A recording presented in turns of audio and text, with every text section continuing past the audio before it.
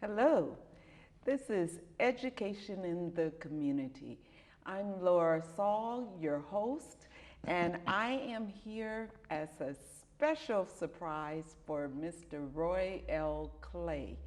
Welcome, Mr. Clay, and I'm here to surprise you on behalf of the community as well as on behalf of the U.S. House of Representatives coming from our Congresswoman Barbara Lee. Yes.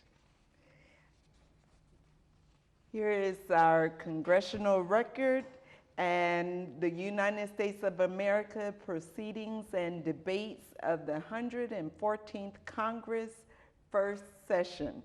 The House of Representatives honoring Mr. Roy L. Clay, Honorable Barbara Lee of California in the House of Representatives, February 24th, 2015. Ms. Lee, Mr. Speaker, I rise today to honor the extraordinary life of Mr. Roy L. Clay, known throughout the San Francisco Bay Area and the nation as a computer engineer, investor, community leader, and a dedicated husband and father.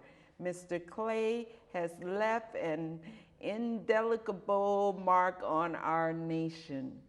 Mr. Roy L. Clay was born in Kinloch, Missouri on August 22, 1929, and even at a young age, Mr. Clay was inspired to learn. In 1947, 7 years prior to the Supreme Court's 1954 decision in Brown versus Board of Education, Mr. Clay was granted an academic scholarship to attend St. Louis University. He graduated in 1951 with a Bachelor of Science in Mathematics, and by 1956, he was among the first modern computer programmers. After serving as a computer programming in what is now the Lawrence Livermore National Laboratory in California, Mr. Clay was invited to join David Packard, co-founder of the Hewlett-Packard Company, to build the first reliable computer. Mr. Clay established software development, directed research and development of all computer products, and served as the general manager of the computer division. By the time he left Hewlett-Packard, he was the highest ranking African-American employee in the company. Mr. Clay's contributions to the information technology sector continue to grow. In 1971, Mr. Roy L. Clay consulted with Kleiner Perkins, Caulfield, and Byers, a venture capital firm, to elevate their investments in computer-related firms such as Tandem Computer Company, Compaq Computer Company, and ITEL. Then in 1977, Mr. Clay founded Rod Electronics to develop the first electronically controlled iPod. Really? iPod. Wonderful. This test ensured that a product is safe from the fire and electrical shock. Yes. Hewlett-Packard Company, IBM, AT&T, and Xerox adopted his dielectric withstand tester and added it to their production lines. In 2003, in recognition of his many accomplishments in Silicon Valley, Mr. Clay was inducted into the Silicon Valley Engineering Council's Hall of Fame. Beyond his contributions to the information technology sector, Mr. Roy Clay has been a dedicated member of his community. He was the first African American to serve as the city councilman and vice mayor for the city of Palo Alto in 1973. Mr. Clay is also a founder and emeritus board member of the Olympic Club of San Francisco Foundation, founded with the purpose of generating funds to support underprivileged children in the 9 counties of San Francisco Bay Area. Today, California's 13 congressional district salutes and honors an outstanding individual, Mr. Roy L. Clay. His dedications and efforts in the information technology sector has impacted so many lives and helped to break the barrier for many African Americans throughout California and the nation. Thank you, Mr. Roy L. Clay, from our community and the city of the Congress. And we'll be right back. Thank you. Wow, what an amazing presentation to Mr. Roy Clay. I have the honor of continuing our interview with him today, and I am Doris Mangrum. You have just witnessed what should be a part of every history book. You have just witnessed something that many people don't know, but everyone should. This gentleman who is in the studio today is nothing short of the founder in so many ways of the high technology that we enjoy today. And it is my honor to have this opportunity, Mr. Clay, to speak with you today. Thank you so much, sir, for all that you do, and I honor you. Thank you, Connie. Now there's a bit, we heard a lot about your story, if you will, in the presentation, and the honor is long overdue.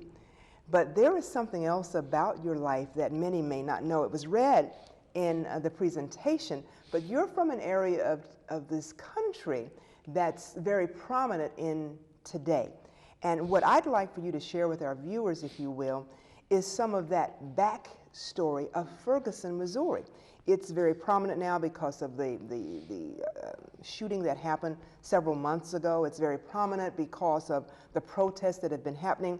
It's very prominent because very recently there were 2 police officers that were shot. And so with that, if you can tell us a bit about your story, and then we'll move our way through to the story today of your life in Ferguson. Yes. Thank you very much. I very much appreciate the recognition that I've gotten, and I'm happy to come and tell my story. Yes. I was born in Ferguson, Missouri, actually. Kinloch and Ferguson were adjacent cities. Okay. Another very prominent person, Maxine Waters, was also born in Kinloch. Oh, okay. Yeah. And I was born in Kinloch, but I lived in the Ferguson School District. Okay. At that time, there were maybe 50 black people who lived in Ferguson. 50. 50. 50. 50, okay. And at nighttime, I was not permitted to walk in Ferguson because I would be stopped by the police. In fact, in Ferguson, I remember one time when I was 14 years old, and I was doing gardening work in Ferguson. Hot summer day, I stopped to get a soft drink, and I sat on a curb to drink it. 2 policemen came by, asked what I was doing. I told them, and they said, get in the back of the car. I did. They drove me for maybe a mile, let me out, and said, don't ever let me catch you here again. Never let, although I lived in Ferguson, I was not to be caught in that part of Ferguson again. I told my mother about it because I was very angry. Her response was, you will be racism for the rest of your life, but don't ever let that be a reason why you don't succeed. Wonderful. Right. When was this, Mr. Clay? What decade was this? It was 1943. 1943. I was 14 years old. And this is 2015. Yes. And African American and men and women of color are still dealing with that same type of stuff. Yes. And so Yes. while we've made many strides with the work that you have done in your technology, we are still so far behind in the things that we need to move forward in the area of racism. Yeah. So continue your story about some of the experiences that you encountered while in Ferguson. Well, I focus on education. My mother said, learn how to do something well. And I was admitted to St. Louis University while living in Ferguson, Missouri. And I was accustomed to finding overt and covert racism in the city of St. Louis at St. Louis University. In fact, at a restaurant on the St. Louis University campus, but privately owned, I went in for lunch, and I was told, we're very sorry, I'd like to serve you, but our patients would not like my doing that. So I had to leave that. There was a Fox Theater a block away, which I could not attend. But I focused then. I focused on education. I was able to get a degree in mathematics, and my first attempt to get a job in the private sector, I was invited on the basis of my resume for an interview with McDonnell Aircraft. It's now McDonnell Douglas. And when I got there, they said to me in the reception area, we're very sorry, Mr. Clay, but we have no jobs for professional Negroes. Right. Again, I walked away. I taught school for a few years, and I really enjoyed it. In fact, I was through that avenue, and I met my wife of 38 years. And then I went back to McDonald's, and they hired me, and I was introduced to computers in January 1956. Nobody knew how computers operated, so I got in with everybody else. There was no computer science discipline, right? And Bill Gates, by the way, was born in October 1955. He was 3 months old, right? So with regard to the digital divide, I was on the front side of the divide. Absolutely. Yeah. You were teaching, you were learning while he was doing diapers, is what I'm Yes. hearing you say. Absolutely. Okay. Right. Wow. And because of my knowledge of computers, I was offered a job at Launch Radiation Laboratory in Livermore, where the hydrogen bomb was developed.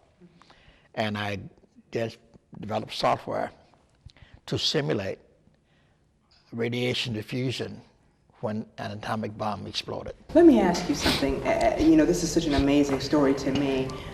Are some of these practices that you developed still being utilized in today's technology? Well, yes, kind of a different medium, but technology is still there. What Bill Gates did to develop Microsoft and become the richest man in the world was done after I had done that work at Hewlett-Packard Company. You know, this is one of the things that's so interesting for African American history. You know, we celebrate in February. I believe that every day is African American history, Black history, Negro history, whatever you want to call it, because there's so much of this rich history like yours that's not been brought to the forefront. And so with that, this is really, if you will, uncovering a great story of where this all started, and what a great part that a famous African American as Mr. Roy Clay had in it. So thank you, sir, for your service and your gift to the world on the technology that you have presented and been a part of the software. But let's segue now to talk a bit about that city that now is your home city that is now so prominent on the front edge of the protest, and how it has kind of been a rallying point for us moving into a movement that has rallied people and gotten them again marching and saying enough is enough. From what you remember in your days and what you are now seeing being played in media that you're seeing and hearing and people are talking about, what do you think needs to be done or can be done? Because we're seeing some of the very same things you said happened to you at age 14, still happening now in 2015. From your estimation, having an understanding, not just from media, but having an understanding from actually having lived there and knowing the culture, and I assume still having family there, what are some of the things that you think could be done to help us move Ferguson forward? Well, we know that, you know, the federal government has said that there's some real serious areas that are going to be addressed, but you being, having the pulse of it, having been born there, what do you think? What are your thoughts? Well, I would say that 85 years after I went through it, what helped me to get where I am need to be done today in Ferguson. Okay. Focus on education. Every child needs to be educated. Irrespective of discipline, learn how to do something well. Absolutely. And opportunities will arise whenever you're in a position of knowing something of value. And further, I had respect in my community. We live in a black community. There was no racism. Racism did not exist. It was all black. Everybody helped. Everybody helped me. My teachers made me think that I could do something well. And I tutored in mathematics in grade school, kids below me. And I traveled to St. Louis University by public transportation. And the people who helped me, worked me, saw me, made sure that they knew that they liked what I was doing.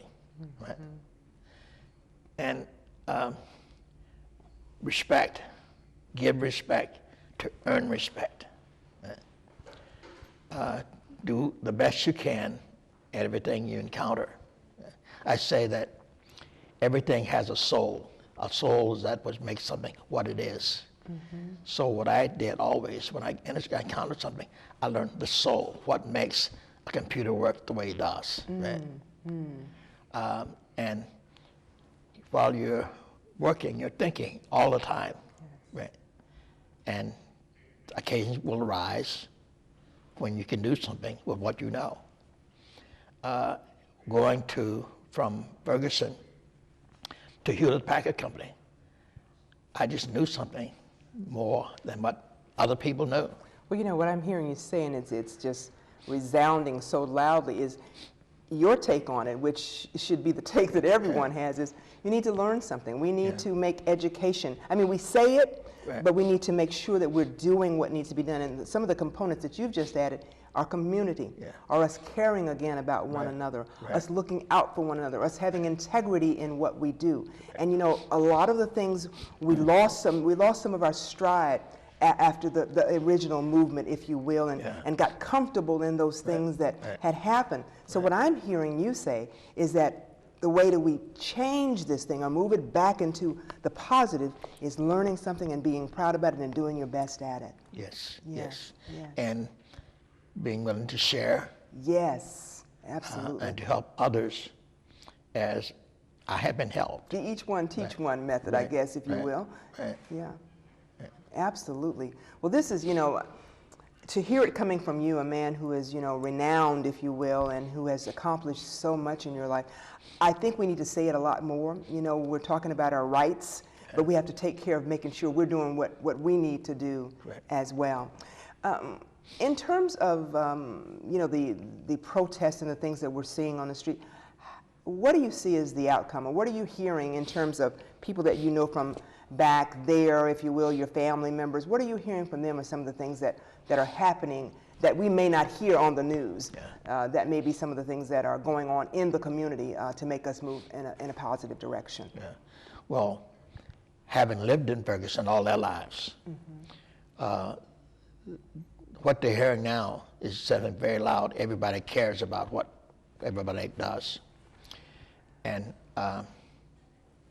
they're focusing in on where I started, learn how to do something well. In fact, today, I know the 18th on Wednesday, a group is graduating from an entity called the Roy Clay Tech. Oh, wow, nice, in Kentucky, nice. learning how to use computers in a way to help other businesses. Wonderful. And this is for what age group is it? I think the age group goes up to about 30. Oh, adults. Yeah, Okay, adults. I love it. Right, Absolutely right, wonderful. right, Okay. right. And how long has that been happening? Well, it's a 6-week program, and this is the ending of the first 6 weeks, and we take 10 people every entity, and we'll take it through again, and again. Hopefully again and continue again and that. again. This is one of those kind of things that you don't hear about. That's why I want to ask about those backstories that don't get talked about, just like your story being a backstory that should definitely be a front story. But, everyone is talking about, how do we get involved? What can we do? What can we do to change? You've talked about education in terms of it being probably the biggest answer, but in terms of community, we've lost a lot of that, and we're now beginning to recognize it's time for us to come together again. In addition to education, what are some of the ways you, as a pioneer, not only in technology, but in education and in community and in integrity, what are some of the ways we can begin to move ourselves forward to a place where we can all be proud again in terms of that we are bringing up our youth, that we're bringing up and making our communities expand in the way that they used to, that we can care again? What are some of the things you believe that are important in addition to our education? Well, an understanding that we're all in this together. Absolutely, Right. yes. Sharing, giving respect, helping each person get as far as they can. And my mother always said that you can make as much money as you want, but you can lose it. But education is forever. You continue to work that. So that at 85, I'm still learning. Right. You just hit a major nail on the head, Mr. Clay. You can never stop learning and never stop helping one another. I'm a firm believer in giving back and supporting each other. And where do we start with it? I mean, when I say where do we start with it, we know that's what we need to do. How do we just begin? Can it be just me starting to help one person, me starting a movement, you starting a movement? How do we make it happen and stick this time? Well, with programs such as what we're doing today, I told people that as a result of the last 2 interviews, people had contacted me from all over the country, wanted to know more about my story. Now, the media at large does not tell the story. No. Right. It is through you and people like you that the story gets done. Right. And it gets told in a way that matters and matters. Right? Again, we talk about successes. We know that we've been able to break through in athletics, we're breakthrough in entertainment, but breakthrough in technology, something that we can do as well as anybody. Okay? And what I say, and not bragging, it just happened, I was there first. I was there before Bill Gates. I was there before Steve Jobs. Yes. Right? Doing. You paved the road. Right. What I'm hearing you say is that we need to begin to have a rich understanding of the importance of our history. And we need to make sure that our children know, and not just about a few names, not just about a few folks, and not discounting the greatness of the people who rise to the area. Maybe here in the Bay Area we could start some type of Roy Clay Day or something that we do here. So I'm sure that there are many youth and adults as well that are not familiar with your story. And it begins then to take our backs from this way to bring our backs up, and we begin to recognize the importance and how important we are. But then it then hits back to your point of education being so critical in moving us from point where we are now to where we can be, because there's so much that we can do that we're missing. And I'm just thrilled to have had you here in the station, in the studio with me today. So tell us a little bit more about some of the things that you're currently doing, Mr. Clay, because believe it or not, we're coming near the end of our time. So what are some of the things that you're involved in right now? My first priority is with young people, starting as early as I can get them all going, and again, to learning how to do something well, focusing on starting something and doing something, caring, and being a part of, understanding how the rest of us have made it. My late wife asked me to write a book for the purpose of just letting my kids know where I had gone. Wow. Right. And now I expand that to not only my kids, but other kids. And I also am getting it back to Silicon Valley. Okay. Silicon Valley. How Hewlett Packard Company, Intel, could do something if they could listen to what others have done. Now, I had an issue with, I tell you, Bill Hewlett, who was, Okay. who didn't show disrespect, but I don't think I'd ever seen a black person who would lead the company in the way I led it. Yeah. I was the top person in computers at HP when Bill Hewlett came to me and said, "You've done a good job, and for that I'll give you an increase of salary, and also I'm going to give you increased stock options." Wow. But he also said, I want to replace you as general manager with someone who knows nothing about computers. You know what, unfortunately, I want to hear the rest of Right. this story, but we are rolling into the end of our time. But what I've heard you say is that you have definitely been a part of what you speak. Yeah. You are actually walking the talk by giving back to our youth, by making everyone aware of what it means to be and have integrity, what it means, the importance of education, the importance of commitment. Right. So viewers, you've seen and heard the wonderful things that this amazing gentleman, Mr. Roy Clay, has done in his lifetime. You now know, if you didn't know, who he was and how he has contributed to the things that you and I enjoy today. And make sure that your children know. Make sure the people at your church know. Invite him to come and share his story there. That's another way that we can get the word out for those who may not see the story today. We can begin to have a movement not only around Mr. Clay, but other icons that are here in the Bay Area. There are so many people who have done great things that the story has been covered up. So I encourage you, make sure that you tell a friend about Mr. Clay. It has been amazing to have you here, and thank you again. And don't forget to join us on next time. Thank you so much. I'm Doris Mangrum, and this has been Education in Our Community. Thank you very much. Thank you so much, Mr. Clay. You're an amazing.